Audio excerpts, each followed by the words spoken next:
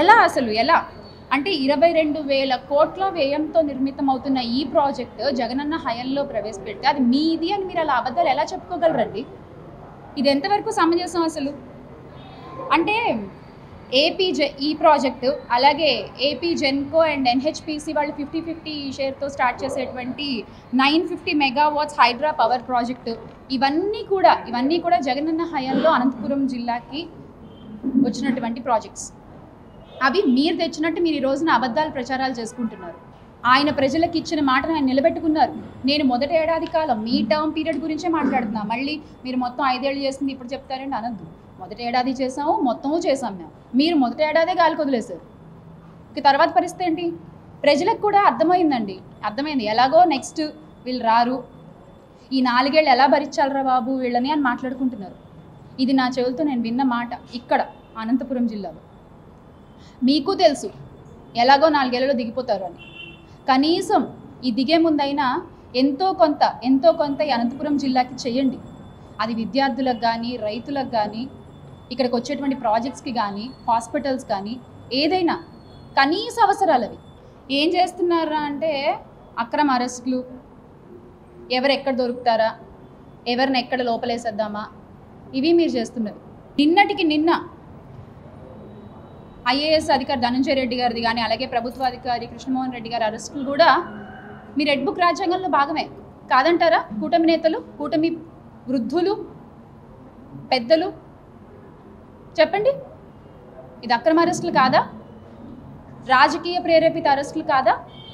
ఏదో కక్షతో చేస్తున్నటువంటి అరెస్టులు కాదా ఇవి?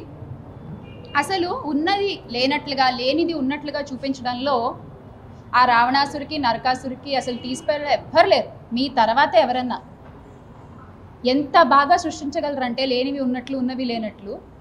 మీ పచ్చ మీడియా కూడా మీకు అంత బాగా సపోర్ట్ చేస్తుంది. అసలు స్కామే లేని చోట స్కామ్ జరిగిందని చెప్పి అసలు సంబంధం లేని వాళ్ళ పేర్లను అందులో ఇంక్లూడ్ చేసి మీరు ఇవాళ అరెస్టులు చేస్తున్నారు. దొంగ సాక్ష్యాలు పుట్టించి, అబద్ధపు స్టేట్మెంట్లు తీసుకుని, బెదిరించే స్టేట్మెంట్లు రాయించుకుని మీరు కేసులు పెట్టిస్తున్నారు. ఇది ఎంతవరకు సమంజసం అసలు? ఇది నేననే మాట కాదు, సుప్రీంకోర్టు కూడా మీకు వార్న్ చేసింది కదా, రాజకీయ పూర్తి కక్షలు, రాజకీయ ప్రేరేపిత అరెస్టులు చేయడం కరెక్ట్ కాదు అని చెప్పి సుప్రీంకోర్టు కూడా వార్న్ చేసింది కదా. అది కూడా మీకు గుర్తులేకపోతే ఎలా అండి? అసలు అంటే ఇదంతా ఎందుకు చేస్తున్నారు అంటే మనసులో కక్ష పెట్టుకున్నారనమాట. స్కిల్ స్కామ్లో అప్పుడు చంద్రబాబు నాయుడు గారు అరెస్ట్ అయ్యి లోపలికి వెళ్ళారు కదా, అదంతా వైఎస్ఆర్ కాంగ్రెస్ పార్టీయే చేసేసింది అని మనసులో కక్ష. అది చేసింది వైఎస్ఆర్ కాంగ్రెస్ పార్టీ కాదండి, సెంట్రల్ నుంచి విత్ ప్రూఫ్స్. ఆ రోజున చంద్రబాబు నాయుడు గారు స్కిల్ స్కామ్లో అరెస్ట్ అయ్యి లోపలికి వెళ్ళారు అంటే విత్ ప్రూఫ్స్ సెంట్రల్ నుంచి ఆయన్ని అరెస్ట్ చేసి, ప్రూఫ్ చేసి జైల్లో వేశారు. అది వైఎస్ఆర్ కాంగ్రెస్ పార్టీ చేసింది కాదు. మీరు అది మనసులో కక్షలు పెట్టుకుని ఈ రోజున మా నేతలపై, మా సోషల్ మీడియా యాక్టివిస్టులపై, మా స్టూడెంట్స్కి కూడా రాజకీయ రంగు పులుముతున్నారు మీరు ఇవాళ. Definitely not right sir, definitely not right. ఎందుకు ఇంతమంది మీద మీకు ఇంత కక్ష? మీరు అధికారంలోకి వచ్చింది కక్ష తీర్చుకోవడానికా? రెడ్ బుక్ రాజ్యాంగం నడపడానికా? ఎన్నికల ముందు చెప్పారు మేము రెడ్ బుక్ రాస్తున్నాము, ఎవరిని వదిలిపెట్టము అని చెప్పంటే నేనేమో అనుకున్నా, ఇచ్చిన హామీలు నిలబెట్టుకోలేదు కానీ ఎన్నికల ముందు చెప్పిన ఆ మాటని మాత్రం బాగా నిలబెట్టుకున్నారు మీరు. అందుకోసం గెలిచినట్టుంది మీరు.